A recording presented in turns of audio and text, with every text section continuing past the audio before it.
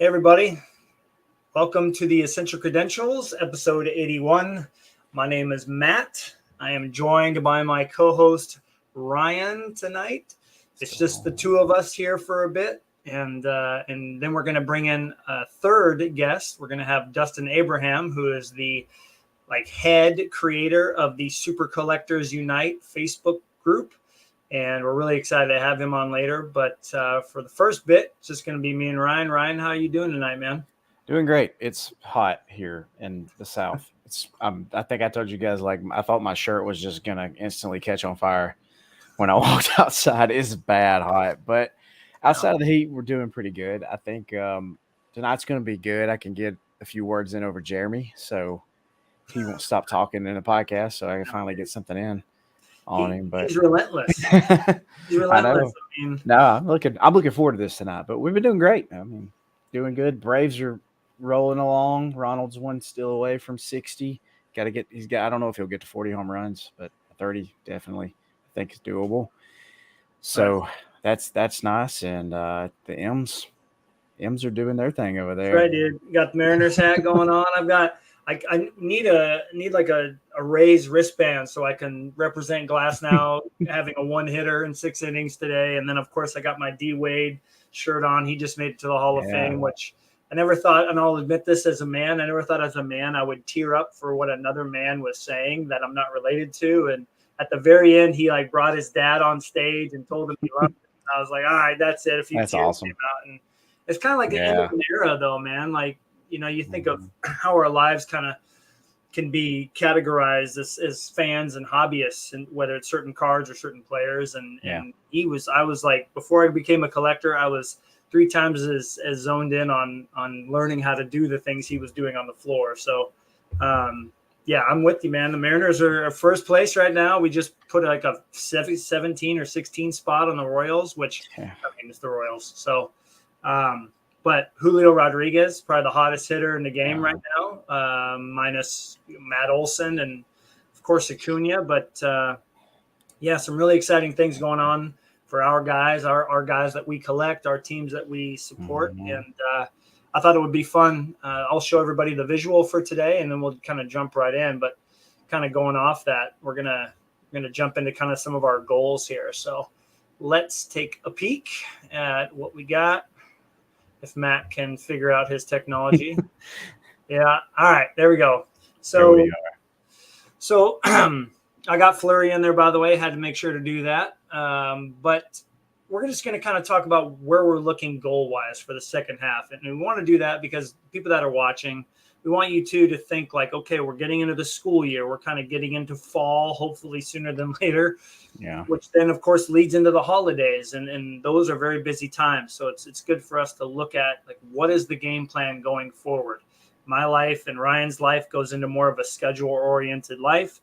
So we have to kind of plan our hobby endeavors around that, which is fine. And then Ryan and I are going to talk a little bit about the future landscape of sports cards, especially with what happened with Panini and their drama with their football license. I'm sure a lot of people have heard about that, listened to podcasts about that. And then Professor Molinix, who may or may not go into the phone booth and come back out dressed as a professor, will get into a little segment of his that he's pretty excited about. And then we're going to have Dustin on here to talk about not only his Facebook group, which is awesome. If anybody's ever heard of that and you're into collecting one specific player, you should definitely check it out. And we'll talk more about that. And then we will wrap it up. So, yeah. It's going to be good. It's going to be a good show. I'm excited. Yeah, for sure. And we've got Ray in the house, as usual, one of our frequent viewers. Ray, how you doing? Ray. Good to see you. So I'm going to throw this question out, and then Ryan and I are going to try our best to actually have a conversation, because we both are teachers and we can just talk. We're very good at that. But we want to ask all you too. What are one or two main goals that you have moving forward as 2023 goes into its second half? What is something that you would like to accomplish by the end of this year? So Ryan, I'm going to go to you first. Yeah. Looking at all those goals that you had at the beginning of the year, you and I both did goal videos. I'm going to admit you motivated me to do mine. And you did a great job with your goal video, and you pretty much crossed off all those goals within like a month. So I'm sure you weren't expecting that. But looking back at that, now looking where you're at now, give me a goal or two. Hey, what's up, D-Ritz? How you doing? Give me a goal or two that you want to accomplish moving forward before the end of the year.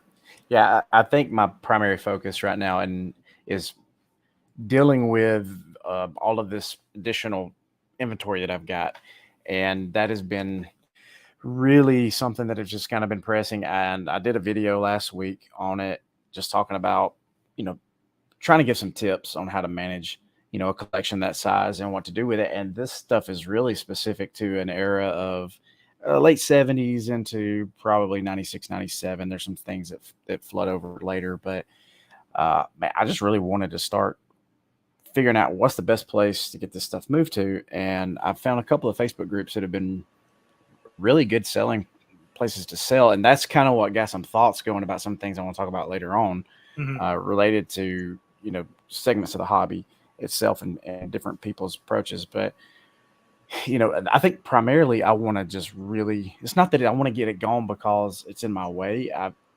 really want to do some things with it, the financial piece of that, to help my collection. And I really want to focus that on just continuing on adding to all of the display stuff. Like, that's really it, because there's parts of the display that I haven't finished. And with the start of the school year, and I have a senior in high school this year, it's been like the purse strings have tightened a little bit from the card budget. So I'm looking to find other ways of kind of helping, bolster the funds for that. So right. Really, I want to work with that. And it's been fun, really, because, we talked about, talking about D Wade and going back through some of these cards. Like, I left watching basketball, and oh gosh, I would say after college. So like 2004, I really just kind of got away from NBA. It was early on. LeBron was coming on the scene, but I was going through these boxes, and it's like Pippen and Olajuwon and Ewing, and then you get into guys like those are the guys, John Stockton and Hardaway, and both Hardaways, Tim Penny. So I'm sitting there flipping through cards like, oh man, this is awesome, because like I know who these guys are, and I remember watching those games and watching NBA Jam Session and all that stuff growing up.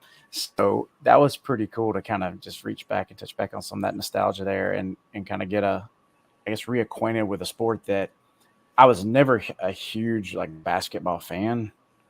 I'm horrible at basketball, horrendous. I quit playing basketball in 8th grade. It was bad, but I enjoyed watching 90s basketball, like anything from about, I guess, say, probably around 89 to about the early 2000s. Like I watched NBA games, and so it's kind of cool to reconnect with that stuff. But that's kind of an overall like encompassing goal. Like card specific, there's not.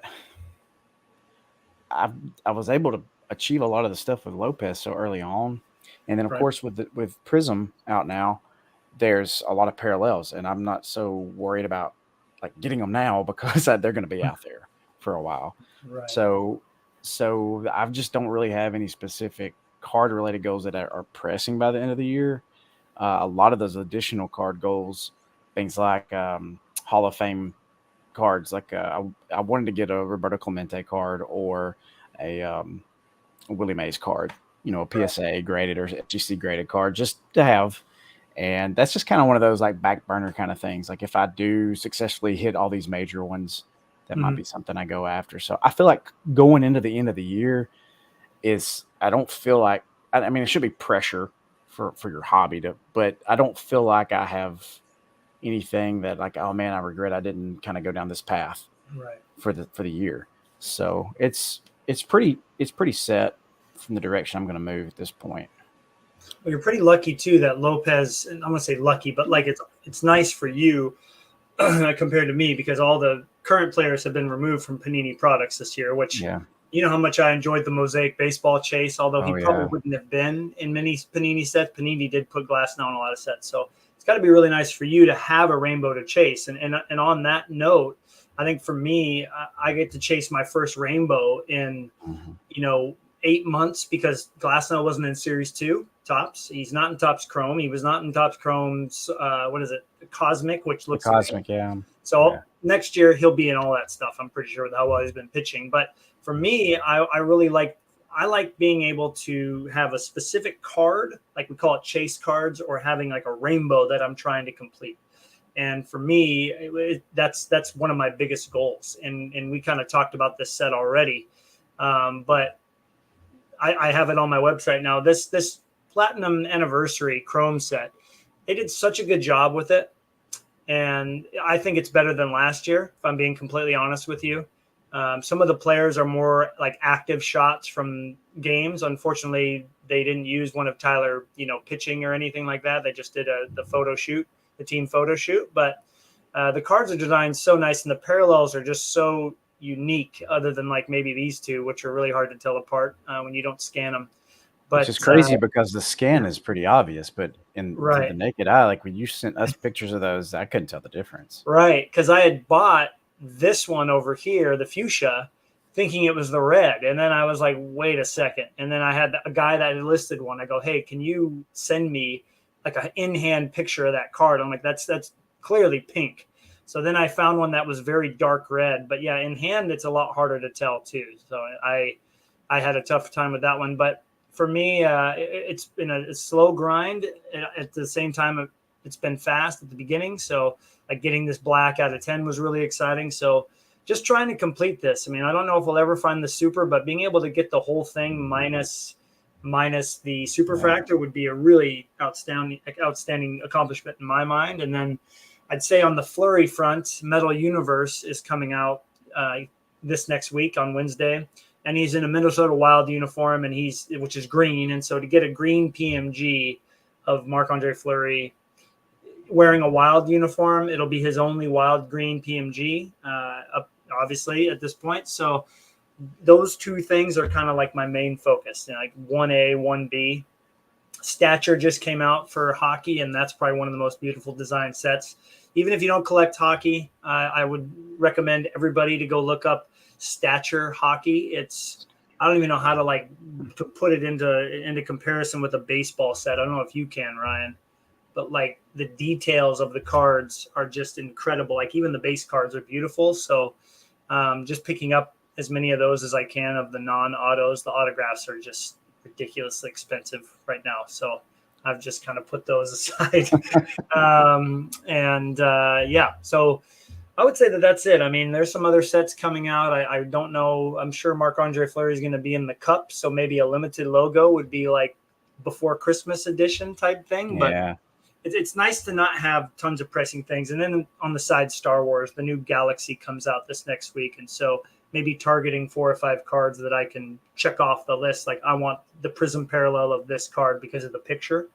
But yeah, I'd say that's about it. And actually getting my lights put in there eventually would be, we've been talking about that for months, but yeah. Anyways. So how does chasing like Glass Now or Rainbow and Glass Now compare to chasing particular like parallels of the Star Wars? Because from my experience with it, there's not as many parallels. And I would say with a set like Galaxy, you've got a card that's an art representation design, but you're not necessarily like, I need a rainbow of this card. It's like almost trying to find the colors that look best maybe with the artwork that would satisfy that. So, I mean, that's just my thoughts on it. Like, how's that been? Like, how does that compare? Like, when your mindsets for Glass Now versus Star Wars? Well, that's a great question. I actually am going to show a picture of a couple of the cards that I really like here. These are some scans. I mean, just the art is so unique. And so for me, if I can, is this showing up still? Yeah, you can see. Yeah, that's great. Right. So, I mean, like just seeing how unique the art is and how the parallels can enhance it a little bit. In my mind, it's more of like a very specific card as opposed to chasing, like you said, like chasing an entire rainbow. So I have always been a Star Wars nerd since my grandpa, Sam, showed me the very first one and then recorded the whole trilogy for me. So just as long as I've been a baseball fan, to be honest. And so I have some pretty big emotional attachments to, certain scenes as opposed to like the player that I collect. So for Star Wars, like one card, in my opinion, carries the weight of like half of a rainbow, especially if you get one that you really, really like. And so looking at the checklist for 2023 Galaxy Chrome, there's a couple on there just based on the name of the card where I'm like, ooh, this has some really good potential to be like a really deep scene, from one of the movies, especially the original trilogy. So yeah, I'm definitely I get just as excited, if not more excited, when I get like one Star Wars card and as opposed to like 5 or 6 Glass Now cards. But so I I don't think it know if carries more weight. I don't know if people who don't collect non-sports cards, if they're not familiar with, the way that product's packed out. And I'm not sure with Chrome and Chrome Galaxy because, I had a couple boxes, but I never opened them. I sold them. Right. But with other sets, especially like the chromium stuff, there's a refractor in every pack. So you get a base refractor in every pack, but you're not going to get as many parallels. You may get 3 or 4 numbered parallel, or 1 or 2 numbered parallels in some of the older sets. Right. So it's a huge difference in terms of like you may could pick up 2 or 3 high numbered parallel glass nows for the cost of one Star Wars card Right. potentially. So it's there's a bit more, I wouldn't say more excitement, but the gravity of like finding that card and being able to land it because Yeah. it's well, that's out of 75, yeah, but it's not like it's out of 75 with a baseball parallel or a hockey Hmm. parallel. Sometimes it's a Correct. lot different. So because I think we opened a box of 2018, we were talking about it before we got on. Hmm. 2018 Galaxy, that's the not, it's just the base paper, but it's got a gloss finish. And I think we got, maybe 2 numbered parallels out of it. And Right. one of them was the orange Sidious with the lightning coming out of his hands and stuff. Yeah. It's just great artwork. But yeah, it's a totally different approach when you're collecting non-sports because the subject for sports is the player, right? Or maybe the team. It just depends on what you're collecting. But that player but with movies, it's like you said, it's like that connection to uh, maybe a particular scene or particular character, but you're looking for that one picture that kind of encompasses your feelings Yeah. about that character and that story. So it's definitely a different kind of chase. Well, would you compare it to maybe having a picture of, uh, I'm trying to think of like right now you're collecting Javi Lopez, and Mm, I'm trying to think of some kind of an iconic moment that he had. I mean, for me, the first thing that comes to mind is that home run that he hit in the All-Star game that I feel yeah. like almost cleared the foul pole he hit it so far. But like a picture of like an art piece or a picture on a card of him right in the middle of that swing where you have it's Javi, so you already like it, but then it's an actual picture. I feel Yeah. like Upper Deck Masterpieces did a really good job of doing that.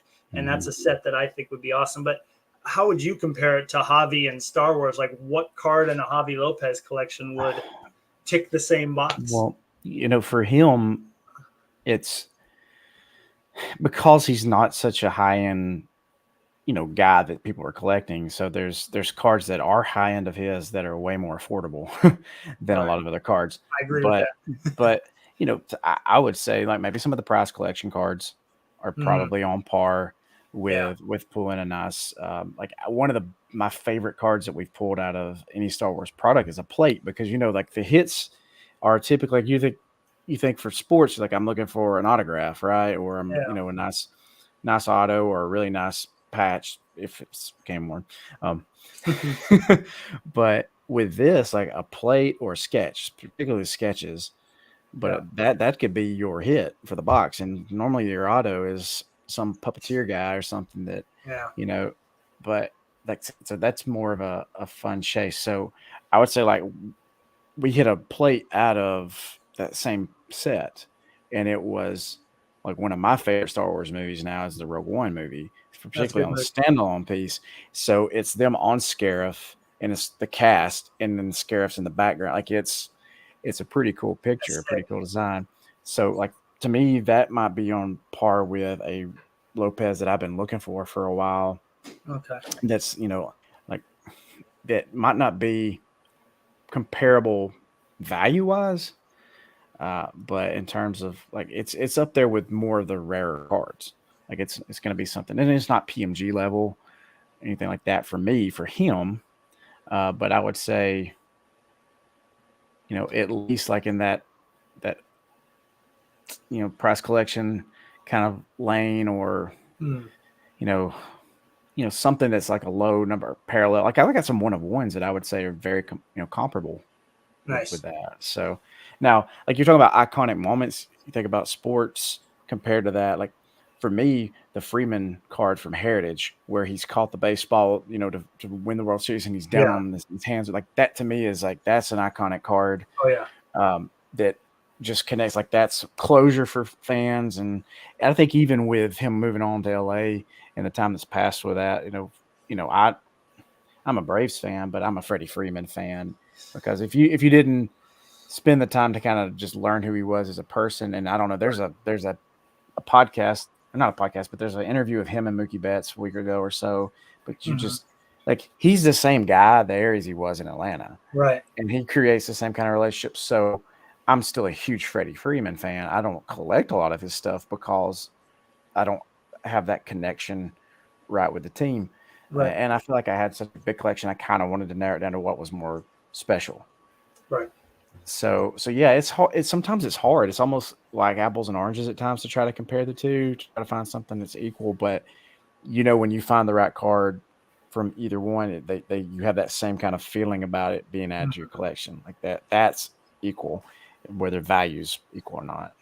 Right. Well, and I don't know if there might be a certain somebody watching who hasn't seen a particular scene from the Obi-Wan series. I know that maybe wasn't the best series Disney ever did, but there's a very particular scene that any Star Wars fan is like, man, this is like really emotional. And I think anytime a card like a sketch especially comes up from that, I have such a deep connection with that.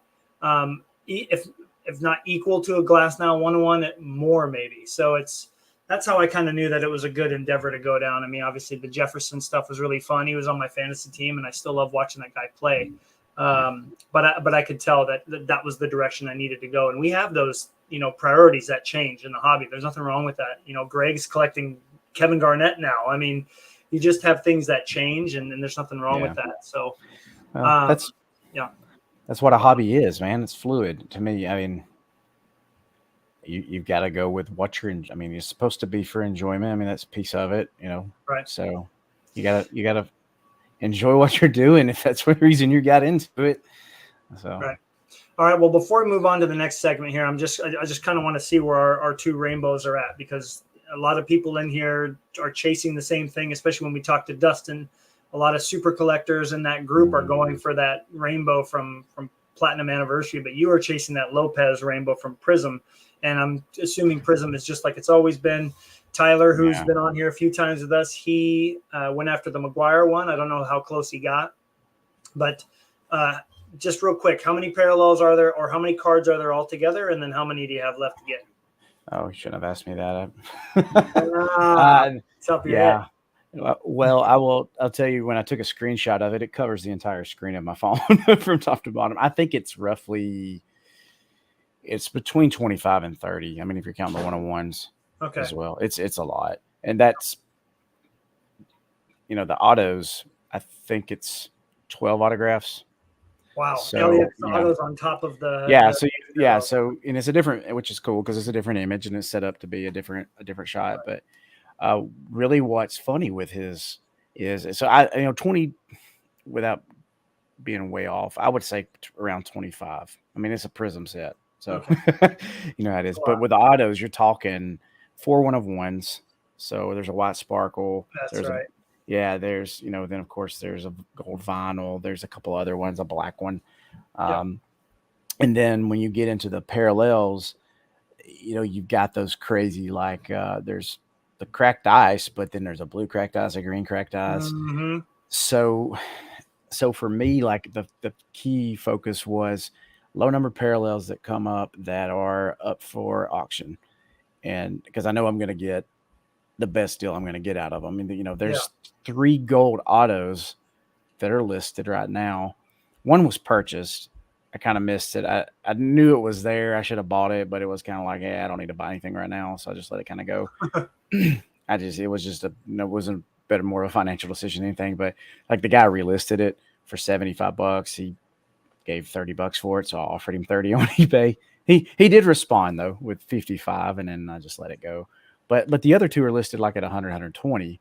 I know that card's never going to sell for that. It's not realistic. It's kind of Right. that Kind impulse. of waiting it out, right? Yeah, and I get it. I would list it pretty high too, because they're like they know there's somebody like me that's like, oh, there it is. I need to get it.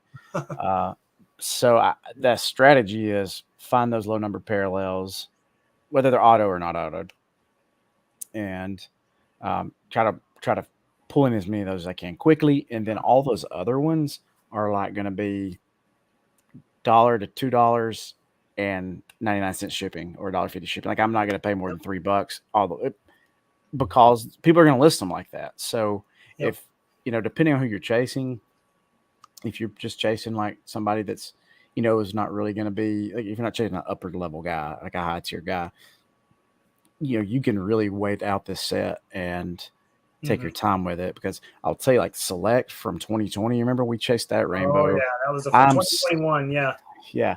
So I've got the Freeman from 2020, 2021, and that 2020 set, the pinks out of Yep. 10 were in those Father's Day packs, I think. Yep. That's right. Well, I've yet to see one. So like I don't know That's if it's weird. just sitting out there in the pack still, or if I just missed it, it was mislabeled, and I don't follow Yeah. his listings as much anymore. So that, I mean, and I haven't seen the 101. So Right. but Same. this set has so many things going on for it. So that's kind of the approach with it. How many parallels are in?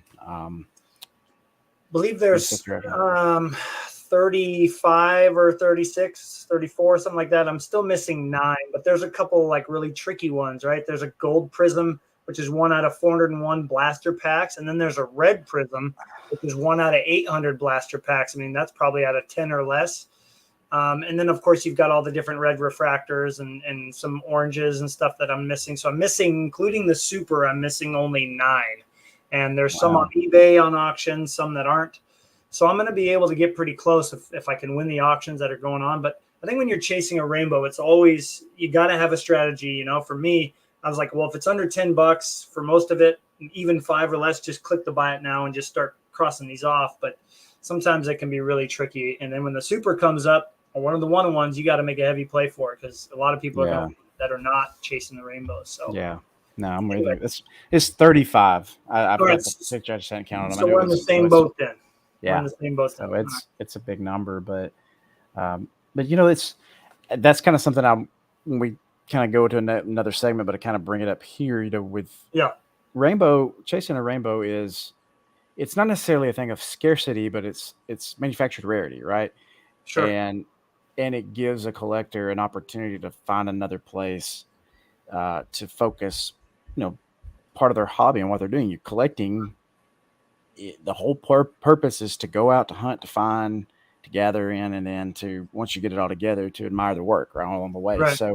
So there's times where collecting rainbows can be extremely exhausting and frustrating. But you cannot. I think you can't really go into it in the mindset of like, I'm gonna complete this entire rainbow, and it's gonna be everything.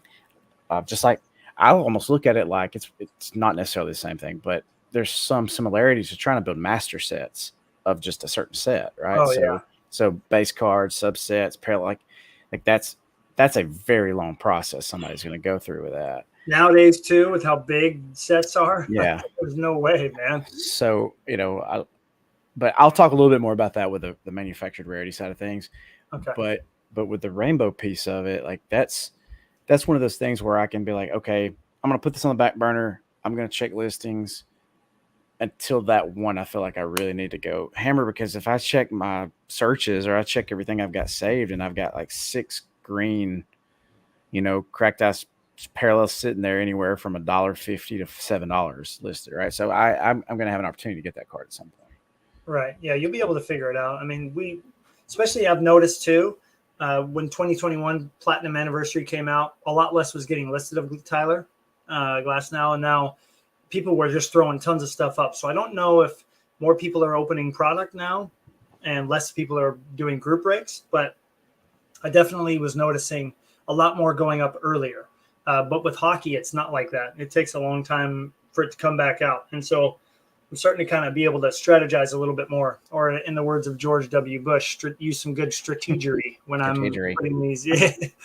Oh yeah, and I mean, John, you're absolutely right. I mean, it's yeah, we can't wait to have Mike back on here because I'm definitely going to bring that up with him again, being like, hey, you know, Mike, I don't think we should do this many parallels. People will get confused. Who cares? You know, like that. Isn't that part of the fun though? Isn't that part of the fun to like go, is this fuchsia? Is this red? I don't know. It's a retail only. Like that's what part of the hunt is about, right? Yeah. And that product, I think I like the way Topps did that this year because you've got a hobby, you got a hobby light, you got retail. Yep. So they gave collectors an opportunity to have different ways at a different price point to enjoy this set. And I've seen some really nice stuff come out of blasters too. So with people, that's a winner set. Like if there's not been a single blaster locally for me, I was in the store and I haven't bought anything to open in a while, but I thought, man, if there's a box there, I'm gonna get it. Definitely get it. Yeah. But nothing yet. So I can get some Allen and Ginter on the cheap though. Chris would be drooling if he heard you say that. I know. $17.95. Are you believe that? Yeah, but I think for me, it's been really cool. I think a lot of hockey collectors are saying stature is the product of the year so far, and a lot of baseball collectors, just because of the price point that it's at and how great and crisp the photos and the parallels, and there's some image variations in there of Julio and Witt and guys. It's probably one of the better products Topps done this year, and I think a lot of people are enjoying that. So I know we got Dustin coming on in a half hour, and I know your Professor Molinek segment's going to be a good one. So let's do real quick. Let's just touch base because you're the only one collecting football right now, but I'm sure it's going to have some ripple effect throughout the rest of the sports that they make. So can you real quick, for anybody that maybe doesn't know, tell everyone what exactly went down last week that was kind of a big deal between Panini and NFL Players Association?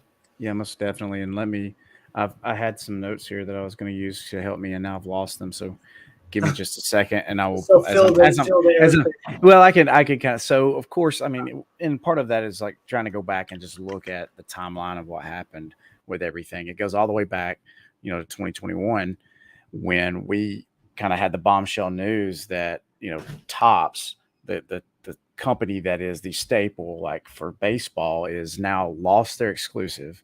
And Fanatics is on board. And I think a lot of our initial reaction was like, what? Like, I think my initial reaction was like, I didn't like it. And I think part of it was it's Topps. Like Topps is Topps. That's who's supposed to make baseball cards, right? So that initial piece kind of set everything in gear. So that's August of 2021, that happens. But here's the thing that really stood out from that. And they even mentioned this in articles. All of these groups, right? NBA, MLB, and NFL, particularly with the PAs, the player associations, and the leagues, are going to have equity in this venture. Right. Okay. And I heard that brought up early on, but everybody was just so kind of wrapped around the whole idea of is Topps going to make cards? What's this going to look like? Fanatics, we don't know what kind of quality they're going to have. Well, you fast forward to January 22, what do? They buy Topps. They purchase Topps. They bring over 350 of their employees. And at the time, Topps was trying to go public. They were doing a SPAC. They were going to have, they were valued at like, I think 1.3 billion was how they were going to open up public. Mm-hmm. You know how much, and how much did Fanatics buy them for? $500,000. It was $500,000, man. It was. Wait, what? 50, yeah. So it was $50 million acquisition plus employees. Plus, I mean, you got to think assets on top of that, like all the other stuff that comes with it. So who owns the printing presses right now? Fanatics. Fanatics does. So they're the ones printing it still? So who are they printing for? Yeah. Panini. Mm-hmm. So, so it kind of gets down to that whole idea of like, okay, Panini has before this past week started, Panini has the Players Association agreement with NFL. They have the NFL agreement. That Player Association agreement runs through 2026. So August 3rd, Panini's going, Panini has filed a lawsuit against Fanatics, which is Okay. an antitrust lawsuit, right? Like, so they're saying there's something here that has to do with direction of being a monopoly, unfair tactics. Basically, they're saying they're coming in and they're just, I'm not gonna lie, and I might be playing advocate here, but I feel like Panini's just crying like a little kid in school that got their ball taken from them. I get there's some pieces of this, but here was kind of Fanatics' approach was they countersued because when they said it's frivolous, they feel that their lawsuit is frivolous because Panini's failed to invest in marketing or innovation, has also failed to capitalize on opportunities that stood to benefit collectors in the business. Partners. So, but that's open to interpretation, right? It's like that's not a black and white thing that you can put in front of an arbitrator or a jury and say, or the Supreme Court or whoever and say, like there's some subjectivity to that. And when it comes to if you're going to terminate a contract, there's breach of contract, right? So there's got to be something pretty egregious that had to have happened for the NFL Players Association on Monday to effective immediately, cut ties with Panini. Right. Not like say, okay, after this season's over or anything like that, for that to just be immediate. Yeah. So, I mean, I have my own speculation of things, and I think that's the best thing for a podcast is to speculate without any facts because that's, right. News today. But, you think about the Player Association, they've just elected a new executive director. So he's coming in, he's a lawyer, he's done business law work. These players know that they have a vested interest with Fanatics. And with Tops or with Panini, they would sign a contract, they would get maybe a lump sum pay for whatever they're doing. Right. There you go. Yeah. So if I'm a player, now granted, I'm not sure how this works, but if they're all vested together in this, so if I play in the NBA, if basketball cards aren't doing super great at the time, but football cards are doing great, there's still equity within what's happening because they have equity in the entire card venture, not just contractual between the players. And they're not going to be able to make cards with players' image and likeness because you have to have the entire agreement with the entire league to be able to do that. So Panini can't go out and individually sign players, even though they still have some individual contracts, and then try to make a set. That's outside of the collective, agreement that how they do it. Right. So I feel like maybe the Players Association, even though I haven't seen a statement from them and I look for stuff today, like I think they see that, look, there is potential for us to start making more capital now.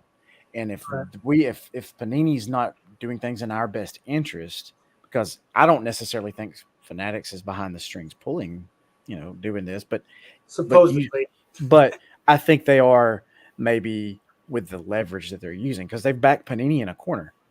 Like they're basically cutting their feet out from under them. They did it with Tops too, right? But they did it with business tactic. I mean, the way that Michael Rubin started his company and got all of the licensing and selling apparel was he said, these other companies are taking orders and then they're going to make the stuff and then they're going to send it. I'll go ahead and buy everything up front. I'll go ahead and eat the cost up front and I can get it out quick. And I may still have a bunch of, shirts of somebody that's not going to sell, but that's maybe 5% of, I'm going to have a loss anyway. So his business strategy was, you don't have to worry about the customer getting what they need. You don't have to worry about having the product on hand. I'll have the product on hand. Okay. So they already had a great relationship, I'm sure, with the leagues and with the associations. So those are things that we don't see as a consumer until things, become public. But you start to see these pieces now when you start connecting the dots. You're like, this might have been, this has been in the works for a while. Could have been. It's potentially there. So that's where we're at now. So the question is, does the NFL, do they follow suit? Because you're at a point now where Panini, if they follow what's going here, and I'm sure what's going to happen is they're probably going to try to go into arbitration and get a stay of what's going on and try to, because they've got product, like they're selling luminance. So it's out there on the market right now. And well, let me ask you this real quick, Ryan. So with the NFL Players Association ending their agreement with Panini, are they now still able to make cards, but without without the actual logo on it, like they've been doing with baseball? Is that where they're at right now? So they still have they can make the cards, NFL cards with the logo, with the team name, but it's going to be a picture of a ghost because they don't have rights to the player's image and likeness. Okay, so like Leaf, there won't be anything on there. What's the point then? Yeah, so so the problem for collectors right now is is there going to be football in 2023? Are there going to be products? Well, there's already 2023 products coming out that we've seen. So, but anything that hasn't gone to the printers, which is owned by Fanatics, they're going to print for Panini. Yeah. You know, how are they going to get that stuff out? So I don't know if this is maybe just more pressure. The Players Association is like, okay, we're going to come from our angle now and put the pressure on, and maybe we can squeeze this time frame down. So because Fanatics, they've signed all of the guys like Bryce Young. That whole group is signed with Topps Fanatics. So I mean, are we going to see Topps football cards? Oh man, that'd be awesome. You know, pretty soon, because you could. But yeah, like there's no way. I mean, maybe they could do if they're. I guess if the guy's not in the PA, it's just going to be like baseball with Panini. I guess you can make Dan Marino cards. Yeah, that would just I just don't see this being a good scenario for any, but especially if I'm a vested football collector. If Justin Jefferson was my Marc-Andre Fleury, I'd be like, what am I going to do? Like, I don't want a picture of Justin Jefferson's jersey, like with just an 18 on it. Like, you know what I mean? Like, I mean, that's really what it's going to be. It's going to be similar to Leaf.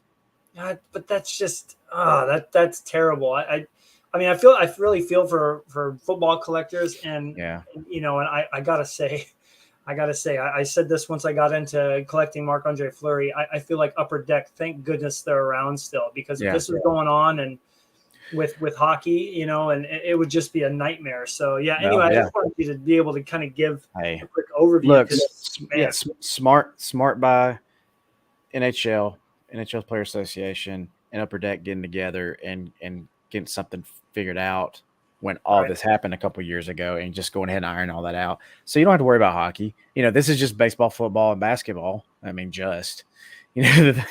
but the 3 of the 4 major sports. And then Panini, but Panini, this is the American company. You know, they're based out of Italy, so they've still got a lot of other things they're doing. And so I don't know where this is going to go, and I don't know if this is just more to try to weaken Panini to the point where they come to some kind of agreement and bow out like Topps, but I don't know. They seem to be ready to go to war. Well, it's really going to be interesting to see how this affects basketball, obviously, because that's their big moneymaker. You know, you look at a top 5 player in every league. You look at a Justin Jefferson, you look at a Steph Curry, and you look at a Ken Griffey Jr. Let's say those 3 players, and you give them the same parallel from Prism, Steph Curry is going to outsell both of them, probably by two times or 3 times more. So if basketball were to follow suit, Panini's dead. Yeah, right? They're dead. Like there's no way they could. Well, it's going to happen anyway. I mean, was it 2025 they lose? Yeah, it's coming soon anyway. So they've got to, but they're losing time to figure out what they're going to do next. I mean, you think about, I mean, what is this going to do long term to the hobby? That's why, like, when I brought up, like, I want to talk about this, like, this is a new era. We are moving into a new era of collecting. Yeah. And, you know, some people are just not going to like it. And, but you think about why do people buy Prism? Why do people, I mean, are they buying it for vets? Why do you buy any new, what are you chasing? You're chasing rookies. And when you don't have the rights to rookies, and you don't have the rights to, I mean, you don't really have something that anybody's going to really want. No, 100%. Unless you collect Javi Lopez, you know, because I guarantee you. The other thing that I'm curious about is it said that these players are going to have not only vested interest and equity in the business, but in secondary market stuff. And I'm curious what that means, because you know, Fanatics has got Fanatics Live, their breaking platform. You know, oh hey guys, yeah. I don't know. I got some other questions for that at some point. I think we need to look at, but We'll get definitely got to come back to it. A year out from when the deal goes live. I mean, I'm just sitting here wondering about the Star Wars stuff. Like, is Topps Fanatics will own Topps, but will it still be called Topps Chrome and Topps this? I think hoping that Star Wars doesn't lose, their ability to. I don't want a Fanatics Star Wars card. I want Topps. Yeah. I mean, this isn't my specialty, but who does branding affect the most? Like, if you're going to go to the store and buy something, I'm the consumer, right? Like, if I walk in the store and I see Topps Chrome, right? But maybe below Topps is like, Fanatics product or something.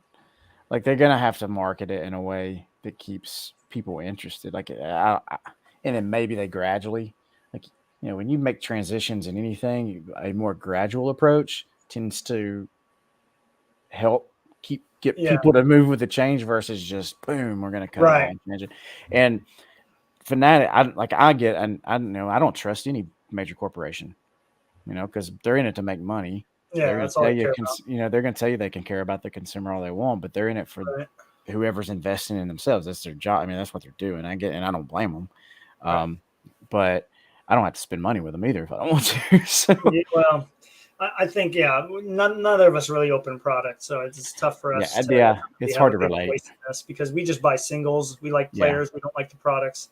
Yeah, but that's my concern. My concern is if there's a secondary market piece to this, if it's like something with maybe their online platform to sell, cards, like how is that going to affect market of secondary cards? So good to see you, Project 50. Thank you, Four Leaf and Dustin. Obviously, thanks for popping in here. Yeah, that could really affect things if they somehow get in on the eBay game and it affects Facebook marketplaces. I mean, we have these different avenues that we go and get cards for very cheap. We're not having to spend $100 on a Prism box to get a Tyler Glasnow or Javi Lopez parallel out of 50, which if it was of a Julio Rodriguez, it would be worth, a lot, but it's our guys and it's worth $4 or $5. So hopefully that doesn't change. But before we get Dustin on here, we got to get into your professor segment, which is probably going to be a theme when it's just the two of us on here. But you've been pretty excited about this too, just trying to drop something on me that I'm not ready for. So, it kind of has something to do with what we're talking about already. It just kind of rolls into that, And I just the last thing I'll say about what we were just talking about. I do collect Lopez and I do collect other guys, but maybe part of the reason I don't collect is because of the cost. Like I've been priced out of some people that I might would have collect. So I think there's still a piece of that kind of pushes you in a different direction. I mean, I collect Lopez because I like him, right? But I'm not chasing these $1,500 plus prospect cards because that's not where I want to be. No. And I'm not now when I could buy that Bowman Chrome box for $85 to $150, that's a different story. Right. Like the first boxes I bought when I got back in the hobby was that. But anyway, I digress. But here's my point. Like you think about this is so here's my dumb collector's theory. You ready? Dumb collector's theory. I love this. This works, and me being the dumb collector, not everybody else being the dumb collectors. We all have our moments though, Ryan. Let's be honest. I think this works best with baseball because baseball is kind of that whole American pastime thing, right? Okay. So here's my theory. I feel like collectors take on the sports era when they were of the time when they were becoming of age, right? Okay. So concerning baseball, right? So guys that were growing up and collecting in the 70s, early 80s, compared to guys the 90s, the 2000s, and your young collectors today. That's probably not a reach. Probably like, yeah, duh, that makes sense. But what happens is when you start getting into these different groups and you hear somebody post a card and they're like, dude, you're away. That is trash. That's garbage you're buying. Like you need to invest in vintage. you need to put your money here, money there. Right. So it's like, okay, what my peeve is it's great that you collect vintage. I love vintage too. But just because you like vintage doesn't mean that the guy that's buying an ultra modern card that you think is junk wax 2.0 isn't just as important to them because it's an attachment to them. So think about it, like 70s and 80s, when those guys were on the field, they took like their persona and what they did with baseball from the old school guys, right? So They it do. was no nonsense. It was unwritten rules of baseball were followed. You didn't show emotion on the field. You didn't show up another guy. And if if you were going to wear a pitch and you knew you were going to wear a pitch, well, these old collectors, man, that's their format. Like you think about, and I've heard stories of it, and you might have seen it when you were at the National, but how many grumpy old men were sitting there with 3 booths, then prime spots that weren't going to sell anything, that the price stickers for 15 years were still on there that were way overpriced then, and they were really there just to show. I mean, that's fine. They paid for the spot. They can be there and do that. But to me, that's that mentality. I even saw a picture somebody posted like something like comp this. Don't show me your phone. Comp this poster or whatever, saying I don't really care about your comps. But you move into the 90s, right? So there were still some of those guys around, but I mean, let's be honest, new blood, performance enhancement was there. Guys were getting jacked. We were seeing tons of home runs. Griffey, the kid, backwards hat. Some Like of you the start most seeing exciting times in baseball. you started I seeing argue. swagger, right? So do you see the parallel with the cards we collected? 90s crazy parallels. Mhm. You started getting some exclusivity with some low numbered stuff. You started seeing 101s. So we kind of have this flow. Like we can understand what's going on with the old school guys. We kind of respect that, but we also have our own personality and the way we want to collect. So it's easy for me to say that from my standpoint. So here's where I curl my toes back, because the little kid that's running around with a Zion case, throwing it up and flipping it out and thumbing through his PSA 10s, like it irks me to no end. But now I feel like grumpy old man that is just taking up space at the National, right? So I think what it is like we have to kind of respect each other's entry point of the hobby and where it's at that point, right? Like it's moving. These kids, like today, the way they collect is totally different than the way we collect. Yeah, it is. And that's okay. They can do their thing because it's going to be like, and I think they're smarter. And, a lot of people are saying like it's junk wax 2.0. Well, you know what? The difference between what they're going through and what we're going through is they have marketed and manufactured rarity in their cards, right? It's there. Then you have third-party grading, however sketchy it can be at times. But you know what? Everybody kind of follows along and goes with it. Yeah. It's there. But they also have platforms that they can promote themselves. They can Right. promote their cards. They can interact that way.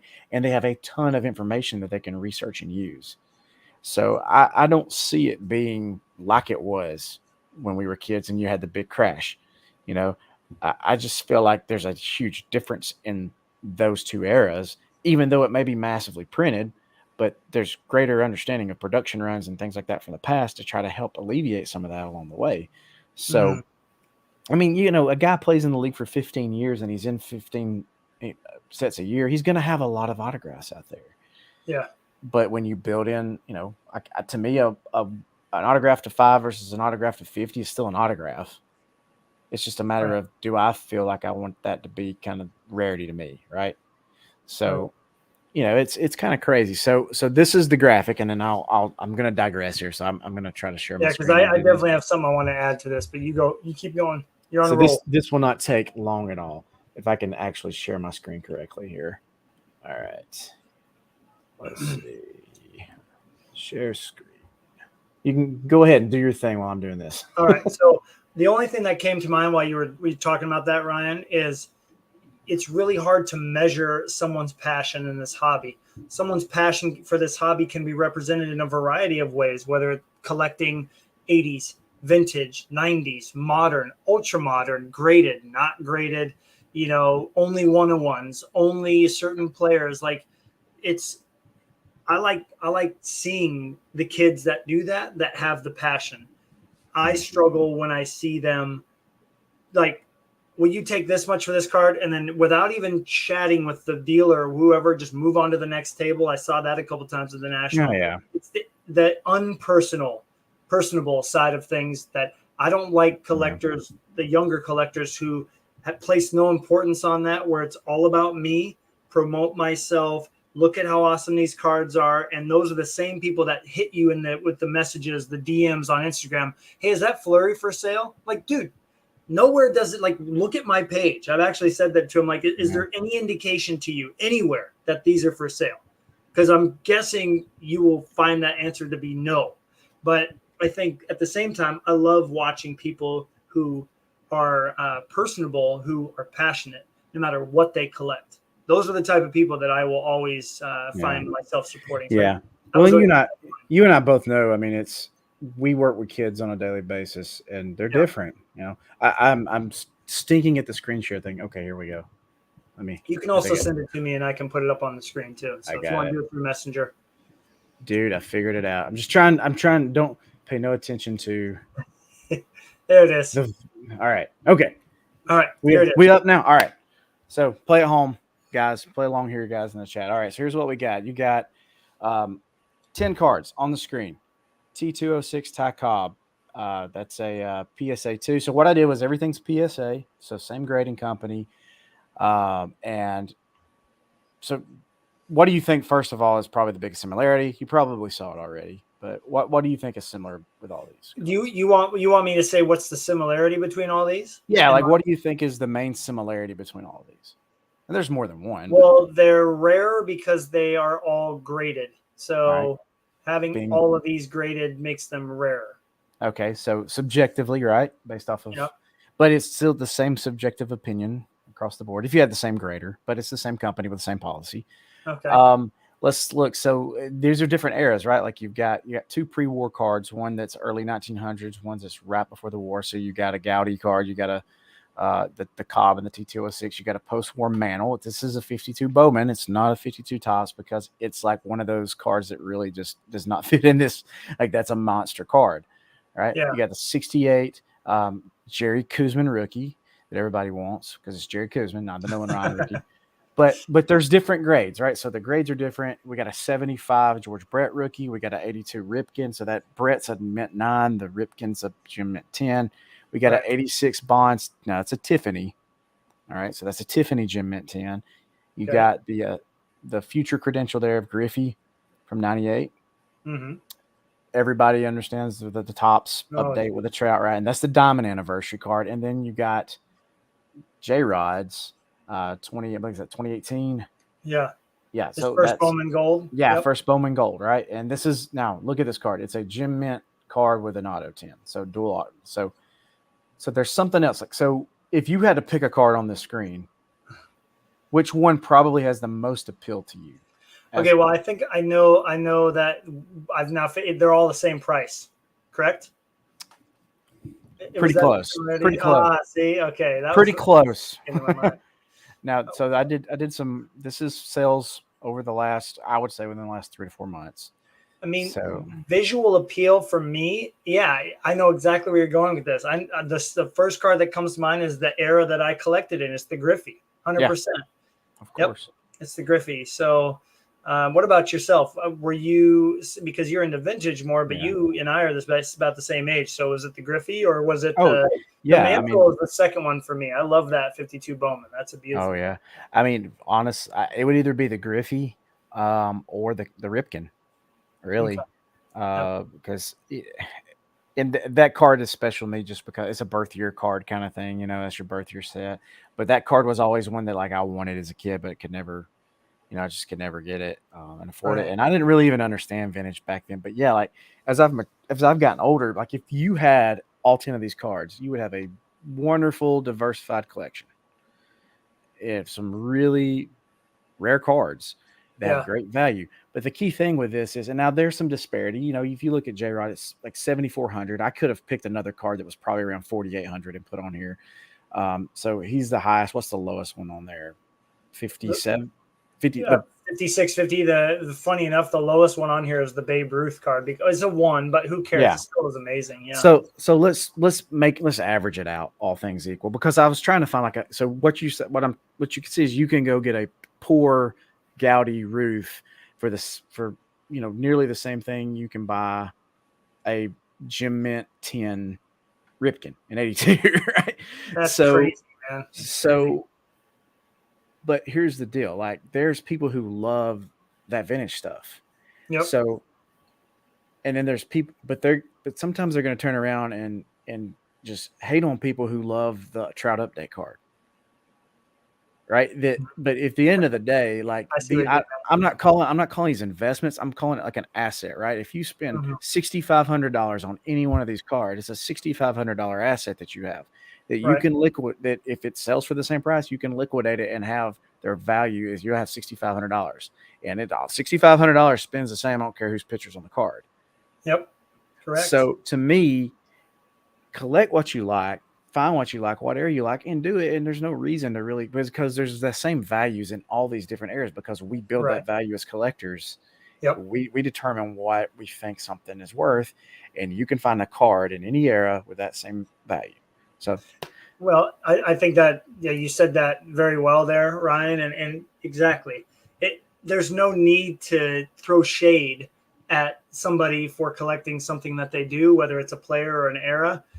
They're all relative and they're all similar in some way, believe it or not. And we could really take a deep dive into that. I feel like that deserves its own episode. That was interesting. But I mean, that's why I was like, hey, you know what?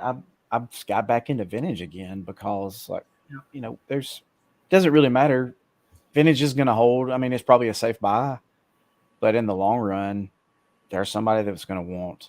That's why when I'm selling lots of cards that people just thumb their nose at and like, I'm not buying these 1980 cards. Yeah. Well, there are people who do, and there's people who love them and enjoy them, and they're not going to sell for.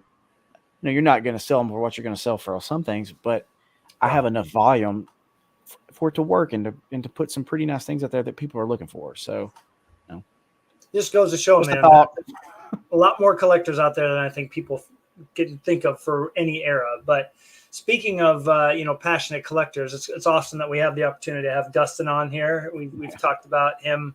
He created a pretty sweet Facebook group. So without further ado, there he is. What's up, dude? Can you How's it going, guys? Hey, man. Good. I can hear you. Can you hear me? That's the question. Yes. Yeah, you're good. Okay. Hopefully my podunk rural route internet holds out. What's up, Ray? It will. I've actually been waiting for months. For you guys to invite me on this show, but sorry it took so long. Yeah, I mean, it felt like this was the perfect opportunity, especially because you were nice enough to ask me to be a mod or an admin in that group. But Ryan and I have been pretty active in that group as far as being passionate super collectors of players. Mm-hmm. And I guess my first question for you. So again, coming up with the Facebook group, Super Collectors Unite, where did that even start? And what is it in your own collecting that kind of brought that out? Well, it actually started as a little Facebook chat between me and a few other guys. Scott Wallace, who is Big D for Life on YouTube, he's an Emmitt Smith collector. And Michael Newman, he is not making videos anymore, but he was Bronx Bombers cards, the Derek Jeter collector, and a couple other, Eloy the Goat. And we were just, sort of having a fun chat back and forth. And when we started, several of us were all around like that 800 or so cards. And we're like, you know what, let's have a race to 1,000, just a friendly race. And I started really getting into player collecting more and more, and I just wanted there to be a group for all of us to hang out and all the like-minded collectors, people like us out there, to be a part of this group. That's awesome. Yeah, I'm sure you saw it, just kind of showed people what it looked like, but what a fun idea. I remember when I can't even remember how I found out. I think I told Ryan about it, if I'm correct. Mm-hmm. Ryan, you can correct me if I'm wrong, but I had been like, oh, this is such a cool thing, because when I really got into A-Rod, it was like Greg had suggested, you need to track how many you have, because I was like, I don't care. And that group kind of made me care about uniqueness and not trying to collect like as many as possible, but trying to really diversify my collection. And so it really motivated me to kind of keep track of things. And so I think you've done a really good job with that for sure. Ryan, what has the super collecting group done for you personally? You know, as a what something that stands out, we all, when we think about player collecting, right? But Dustin, you do like the Minnesota stuff, right? So you've got Twins, you've got the Vikings stuff going on. And then I've seen other collectors who may collect certain, it may not be a player, but there's certain, it might be a team super collection. So I really didn't think about like branching out and super collecting like that. Like, man, I'm going to collect, insert sets or whatever. So there's some really cool collections that you would miss out on if you didn't go through that group and just kind of peruse and see what people are doing. And you get a lot of good insight from a lot of different guys and kind of, ways to, because with a super collection, like how do you think about sharing and displaying? Because that's a lot of cards of one person. So how are you going to organize it? So there's a lot of good ideas that came out of there. And then two, Dustin and Blake, right? That's your boy. His name Blake, yeah. Yeah. So like you guys, I mean, it's fun to watch you guys and some of the things you do on your channel, and just to kind of see the passion that you guys have for collecting cards. But I just like seeing, like, especially when you get some obscure card of a twin that I've never heard of in my life. It's like, it's just cool stuff because you get to learn something about, another team or some players that you never really think about. Like I don't really get a whole lot of time to watch a lot of West Coast baseball. So, which I know you're not on the West Coast, but like there's players you miss out on, is my point, because either it wasn't an era that you grew up in, or it wasn't just somebody that you watched a lot. So it's fun to see just a lot of cool things pop out of that group of just unexpected little gems. Right. I mean, you don't have to be a player collector to be in the group. We encourage autograph collectors, team collectors, set collectors, all of that. Just to be up on the board, you got to be a player collector.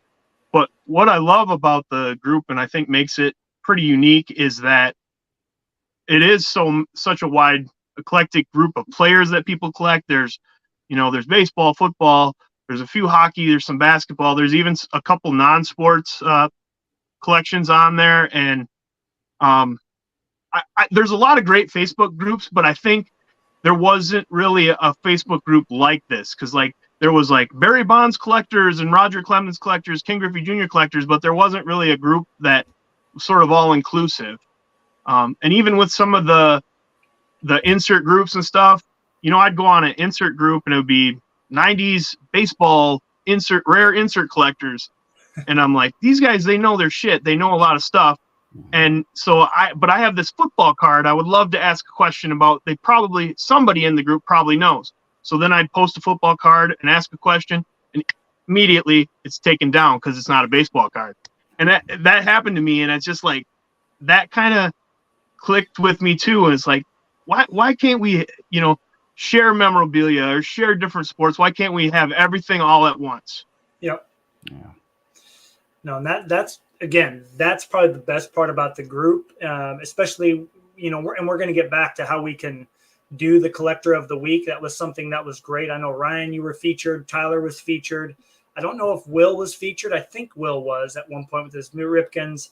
Dustin featured me twice with the Flurries and the A-Rods back when I was doing that. But that really allows us to see, like, that Wade Boggs collector, he just posted pictures. I'm just like, I mean, I'm never going to have anything like that. First of all, like that's on a level that I will never get to, and I'm okay with that. But to see these collections, to have a group where this can come to light, the Ricky Henderson collector, obviously Jason Vass, he's pretty well known with his Griffey collection, but there's a lot of other guys too that none of us would ever have met or seen, just the passion and time they've put into their collections. I mean, it's really one of my favorite places to go and just kind of browse around and see what people are into. And I mean, in your opinion, like, just thinking off the top of your head, Dustin, what are like 2 or 3 collections or collectors that pop into your head when you think like, oh, I'm really glad that we've been able to like show this in the group? Well, you mentioned Jason Vass. I would say, I think it's Ryan Potter that's got like the crazy Larry Bird collection.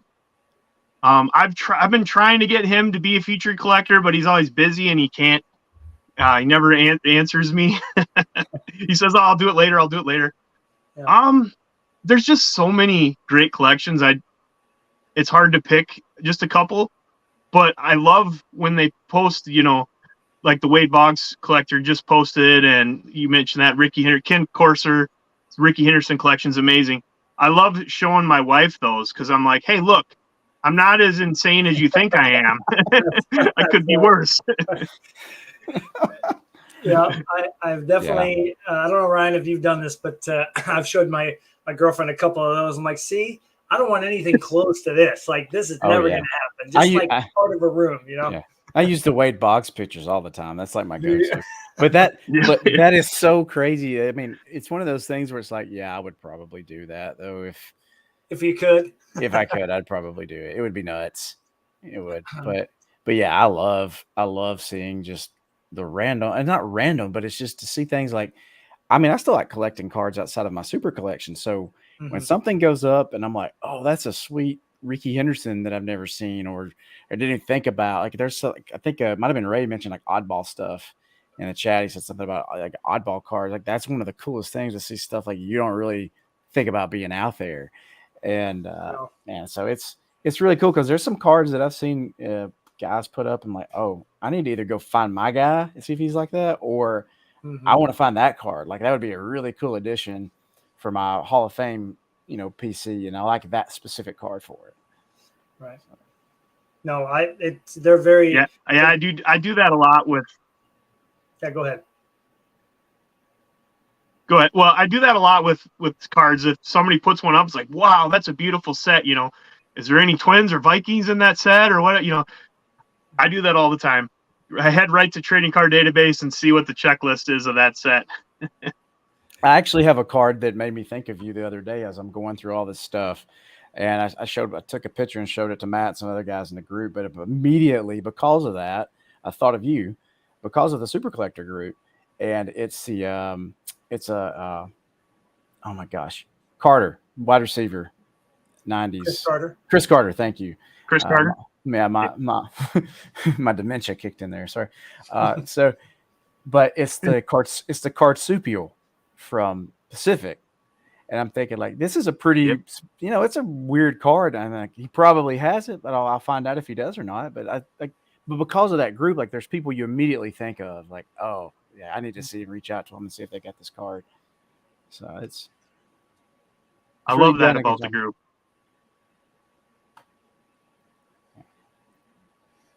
Yeah, just the ability to help each other out. Yeah, that's huge. I mean, there's been so many times where I've seen, like, if I pull a Bryce Harper out of a box, if I happen to open a box, I know exactly who I'm going to. I'm going to Joshua. The guy posts almost every day, gets cards in. You can tell that he loves collecting that player. I know I don't post nearly as many in my glass now as I probably should, but I think most people, Dustin, you've sent me some stuff in the mail just because, like, Javi Lopez, we know Ryan, and like, so there's all these guys that are associated with these players. So of course, like the Barry Bonds, the Griffeys, the McGuires, like all those guys, I love seeing what they've accomplished. But I think for me, and knowing how passionate I am for the players that I like, which maybe aren't like the stars of the stars necessarily, I love that you can associate people with those players. Again, Twins auto, like when I had that, I can't even say his name, Kim or whoever it was that I sent you. I'd had that auto in a box for like 3 years. And I remember I was going through my stuff. I'm like, oh, I know who I'm sending this to. Like, you know exactly what collectors to go to for not maybe the oddball, but like the lesser popular players. So that's what has made that group so cool for me. And you can, if you pull a cool card of a guy that's like, Brett Boone or something, it's like, hey, let's go see if there's a Brett Boone collector in here and just send it to him. I think that's what's been the best part of the group, in my opinion. It really makes you appreciate cards that you don't necessarily put a personal value for your collection on, right? Like I'm thumbing through all these other cards. Like, man, I don't really want this Damian Stoudemire, but there's a Damian Stoudemire super collector out there that would love this. And I need to really respect that and figure out, how to get them out there and maybe they can pick them up. So. Right. Yeah, I mean, I find myself at card shops and card shows, like almost looking for stuff for other people more than I look for my own stuff, especially after you get tired of, not finding anything. You're like, well, is there any cool Barry Sanders that I could send to somebody or whatever? Yeah. Well, and I think Ryan would agree. We owe you a big shout out for just that generosity and being able to allow us to spread that. I mean, and setting the example. That's the type of collectors that, I'm sure you want your son to grow up and be that way, looking out for others as much as himself, if not more. We need more and more of those examples in this hobby now more than ever, because as Ryan and I were talking about earlier, the younger generation, while they're very intelligent and knowing the market, they're very much self-centered collectors. And so that's why I find myself, and I know Ryan is probably going to agree with me, why I enjoy that group so much is in the 90s group was the same way, at least when I was in it. People were looking out for each other. And I think that's awesome. So I guess my question for you, Dustin, is do you have any future plans for this group? And, maybe talk about a couple of them and what we can do to maybe kind of make that happen. Yeah, a little bit. I've been thinking about a lot of ideas. I know me and you talked about you possibly doing a interview that we could post there, similar to my featured super collectors. Yep. I got plans for a big giveaway coming up here. I don't want to give away too much information on that. But we try to do a giveaway at least once a year, and usually it's fueled with like donations. Like I'll donate some card supplies and somebody will donate this and that and the other. And I got a pretty good idea for that. Kicking around the idea of starting a YouTube channel just for the group. Nice. But we'll see. I got a lot of ideas, and some of them are good and some of them aren't.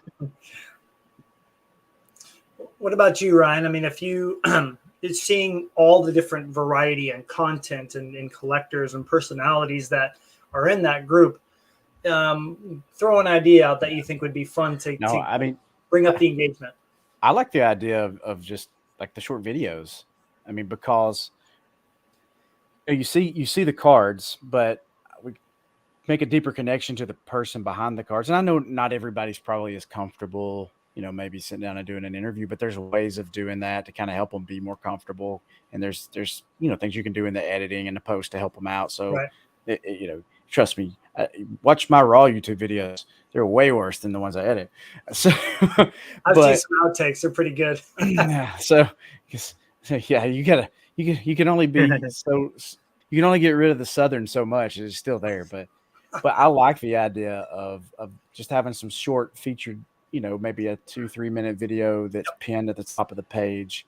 It kind of gets some momentum going and for that collector and some support for them and what they're doing, because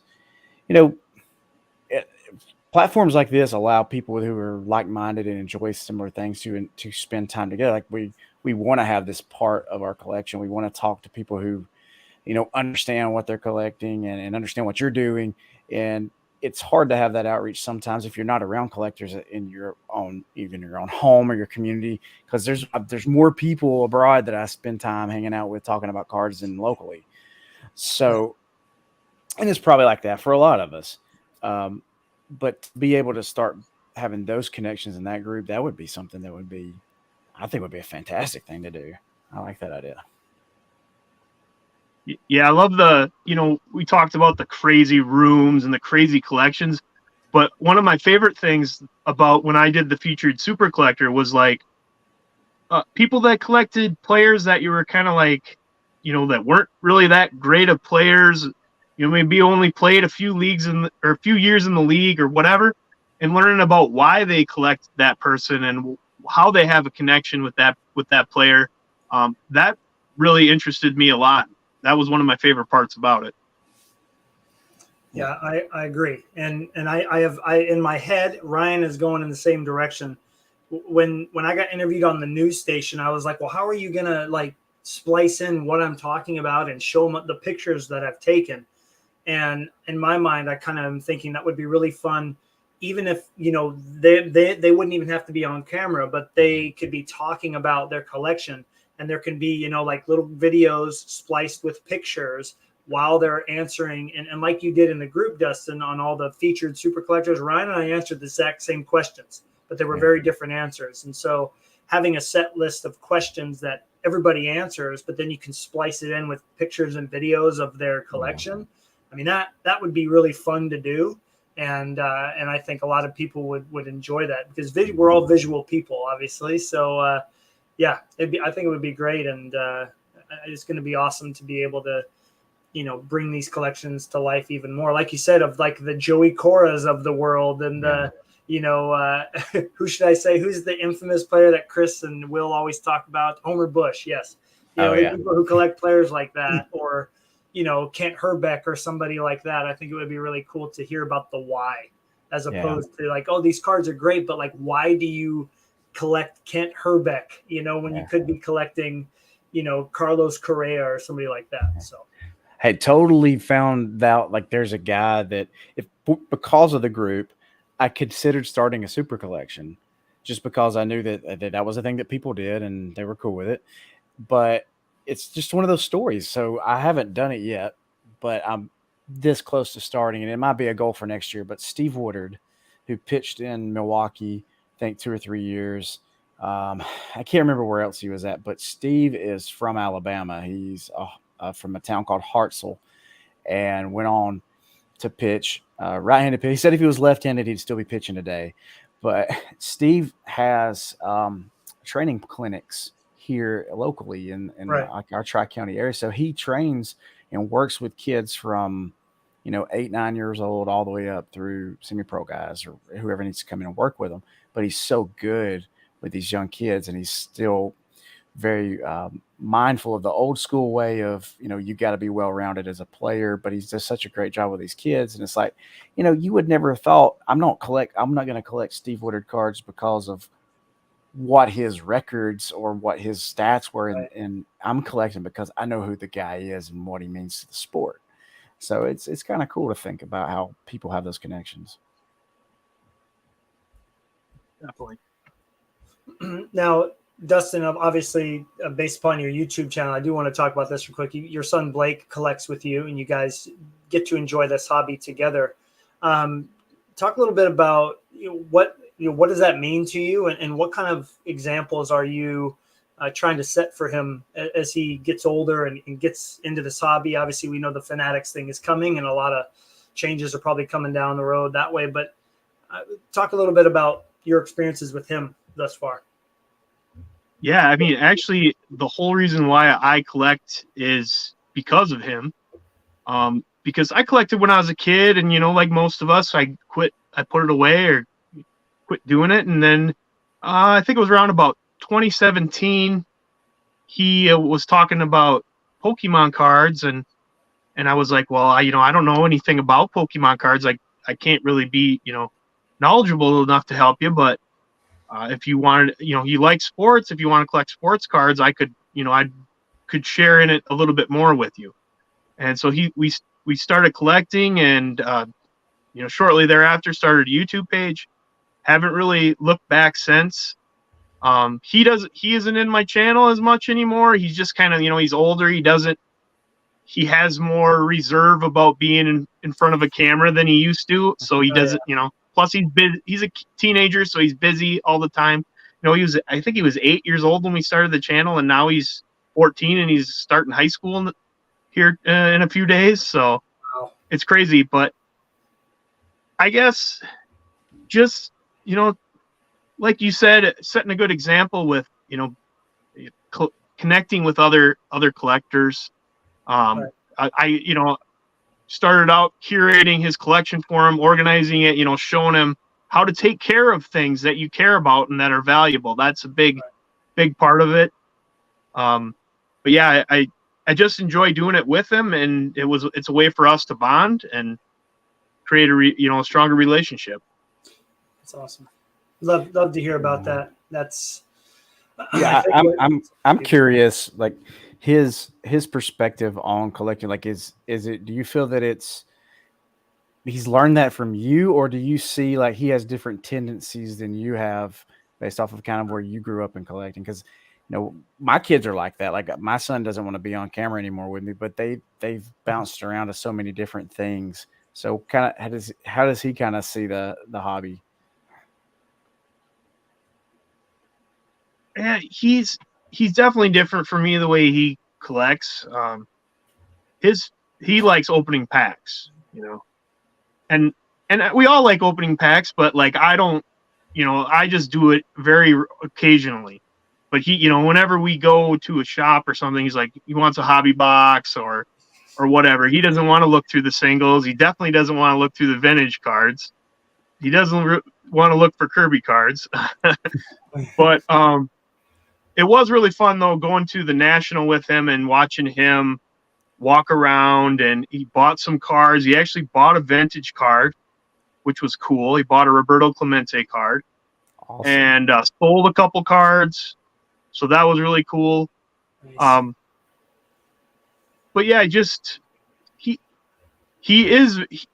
does jump around with his interests a lot. So, with sports that he does, he's tried just about every sport that school offers, and some of them that school doesn't offer, football, baseball, bowling, BMX racing. He loves skiing. So he just has a wide array of interests, and I guess that sort of showed in his collecting, because he's, started out just baseball, then he got into football, mm-hmm. and, various other types of cards. And I don't know. Now I can't even remember what your question was anymore, but you answered it. Well, I'm just rambling. If you think back, we were like that. I mean, I think it's just part of the piece of adolescence and growing up. Like if you go, when we pulled out our old collections, I didn't have just baseball cards. Like I had baseball, I had football, I had basketball. I had stuff that I didn't even realize that they made in packs. Like I had weird stuff. Like I had I had Ninja Turtle cards. I had all kinds of crazy stuff. Nice. Right. So it's just like anything else. They're trying to kind of feel their way through life at this age. And right. Funny how their collection kind of is a representation of them trying different things, but it kind of never really goes away in a sense as we get older, because we have our super collections, but then we kind of diversify within those a little bit and collect different things, because sometimes things can get stale. But it's good to hear. Go ahead. He has caught on to some of my collecting tendencies. Like if he's pulled like a really cool card and we'll sell it, if we have no connection to it and don't want to keep it, sell it. And then I'll be like, okay, you want to go on eBay and pick out a card? And then he's always like, no, that card's a sticker auto. We don't want a sticker auto. We want on card. It's teaching him the ways, but I think you guys can both chime in on this, but it just feels like when you're collecting with one of your children or multiple children, in Ryan's case, you can see the hobby through their eyes a little bit, and it does maybe set some priorities straight and get you to enjoy it in a different way. For me, I like to live vicariously through all these stories because I remember collecting with my father. And so that is really, exciting for me to hear. And I think it would put a lot of collectors, it would give them the right perspective in the hobby, as opposed to being like, it's all about the money. Well, maybe not so much. Yeah. It's hard. Yeah, that's exactly what I was go ahead. That's what I thought of when you started to say that, is like him starting as an 8-year-old, his favorite cards were not his most valuable cards. It was the ones that looked cool, and we all want our collections to be worth money, but that's not what it's about for me. And I don't really have an endless budget. I got 2 other kids besides Blake that I'm, raising, and all kinds of other things going on. So I can't go out and buy all these PSA 10 J-Rods or whatever, I can't afford that. And I really wouldn't want to, because I want to collect things that I have a connection with that make me feel good. Make me feel like a kid again. Make me feel like Blake does when he opens a pack and pulls out a really cool shiny card. Yeah. Absolutely. Yeah, there's so many variances in the mindset of what we do, because I think we all are very similar. We want some kind of, if I'm gonna spend this money on this card, then it's got to have a meaning to me for why I'm spending that money. And when you have children, you see that, because you can't just buy things just to hope that down the road it has a greater value for you, right? You buy those things as a hobby to enjoy and have fun, because like there's a lot of other responsibilities and a lot of other things that have got to got to be taken care of, and your kids are involved in a lot of things. They're into different sports and after school clubs and activities, and I've got a daughter that's a senior this year, and senior years they can get pricey, and so you really you really have to think about. You really do think about, like, I've got a lot of cards. Like, I don't know if you do this, but I have, maybe not bidding, but if it's a buy it now card and I'm okay with the price, I will click buy it now, and then I will literally go back and reread the description and really reevaluate if I'm going to buy that card or not, based off of maybe where we're at currently financially, or if something's coming down the road. Like, because it's like, do I really need this card right now? So some of those, you hope that those values go down to your children, but at the same time, there's times where I'm like the dad on the stepdad on Sandlot. I'm like, don't touch my baseball. But you still have to teach them, like, you take care of things that you have, right? Like, it's not like you can't touch this card. It's not that I don't want you to handle this. You need to understand that there's a way to take care of things. Mm-hmm. And when they finally go and buy something with their money, you see that, because it's a whole lot different when you buy it with mom and daddy's money versus when you've had to pay for it. And now it's like, oh, now you're going to sleeve and top load those? Okay.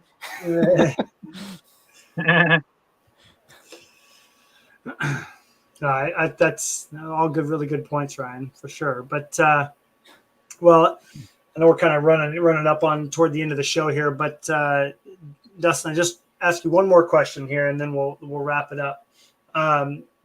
We talked about our goals earlier in the show. I don't know if you caught that, but I'm curious, looking at your Kirby collection and your Twins auto collection, is there a goal that you are wanting to achieve either with your son or on your own with your collection before the end of the year?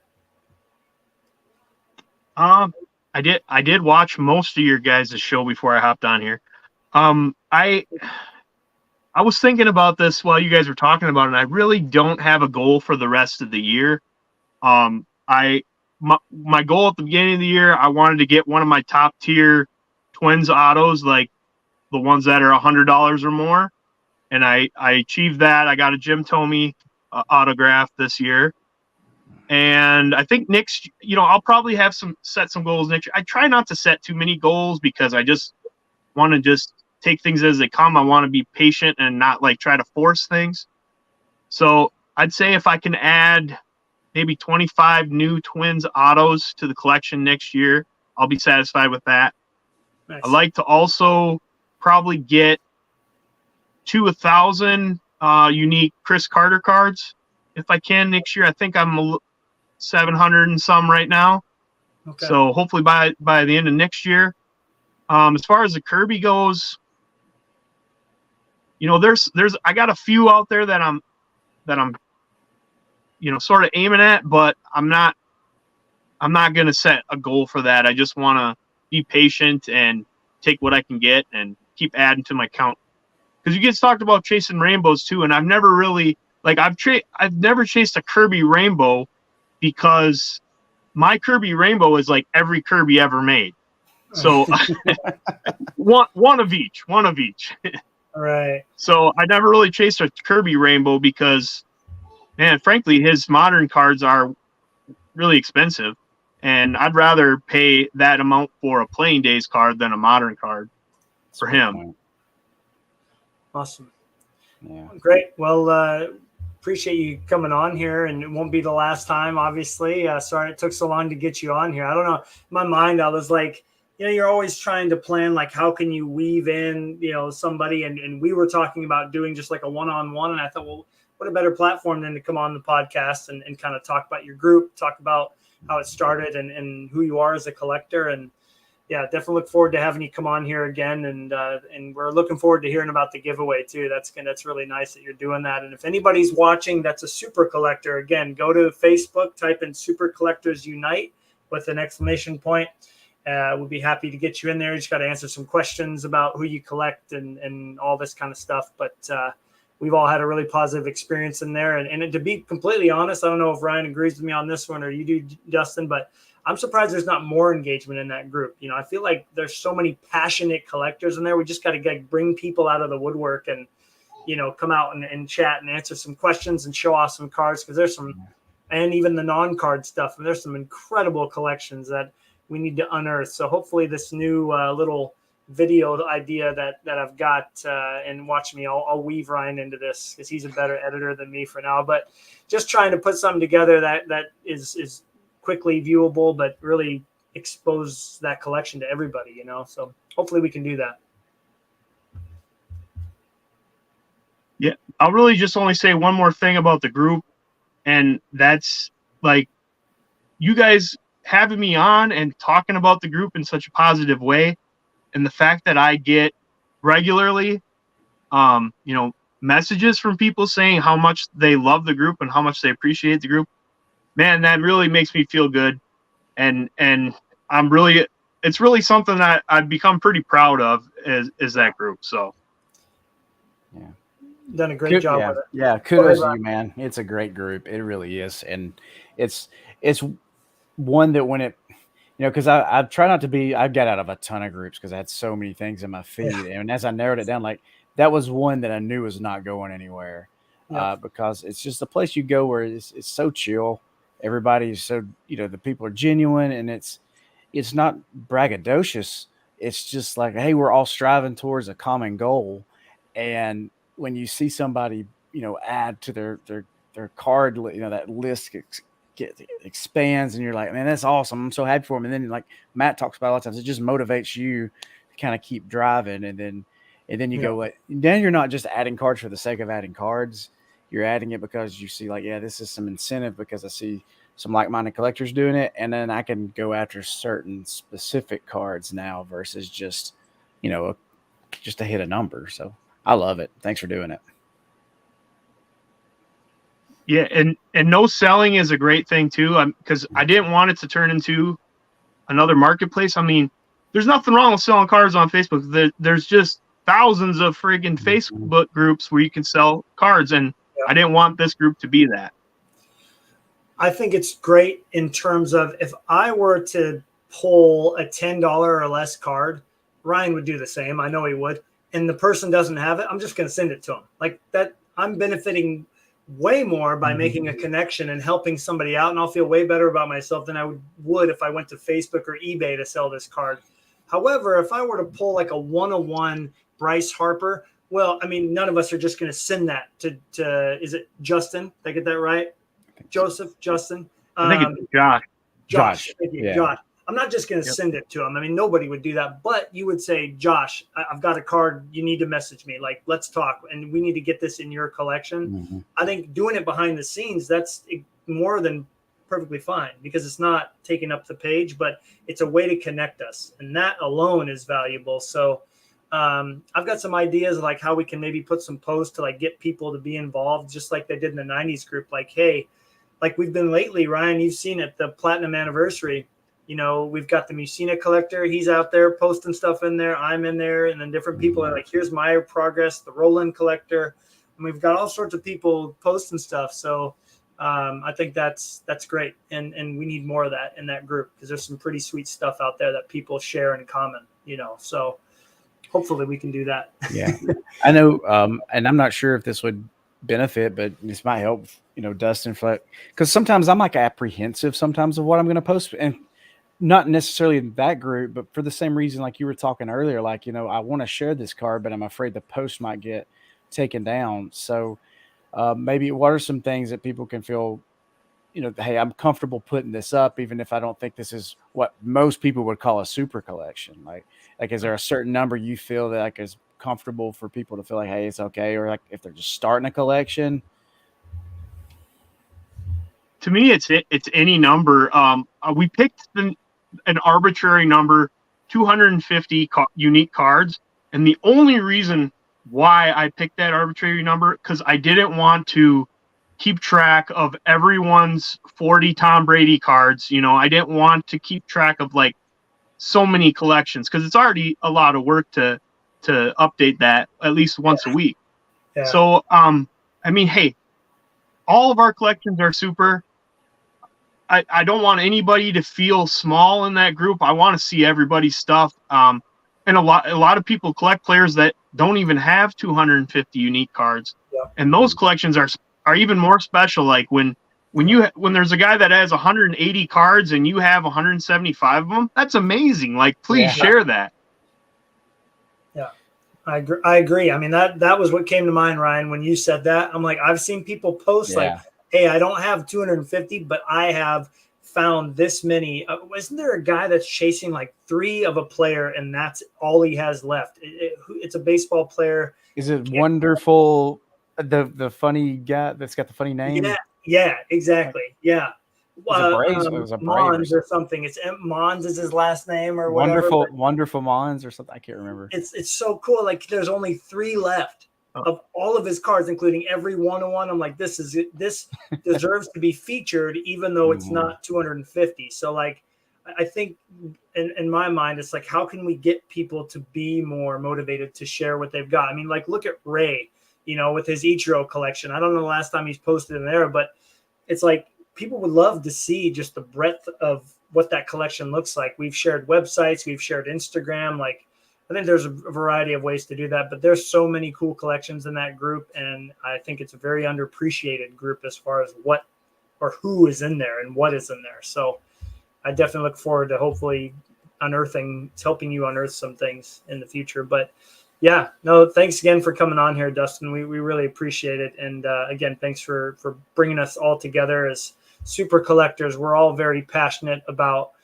who we collect. I think that's pretty evident, but really look forward to seeing, more collections hopefully in the future. But yeah, we'll have to make yours one of the first ones. I think that would make perfect sense. So yeah, we'll have to start thinking of questions. Awesome. Well, I really appreciate you guys having me on, and I appreciate all the kind words. You bet. Amen. You bet. Well, Professor Mullinex, it's been good. Dustin, thanks again for coming on. We hope you all have a great rest of your weekend, and we look forward to seeing you in a couple weeks. Our interview with Mike is about a month out, which is pretty exciting, Mike Kramer. So in 2 episodes, we should be getting him on here to talk about his book. But before that, we'll have to figure out what we got going on. It might be good to do some kind of a Pacific episode or something along those lines to kind of butter people up. But until then, we'll see you in 2 weeks, and happy collecting and have a great rest of your weekend. Thanks, guys.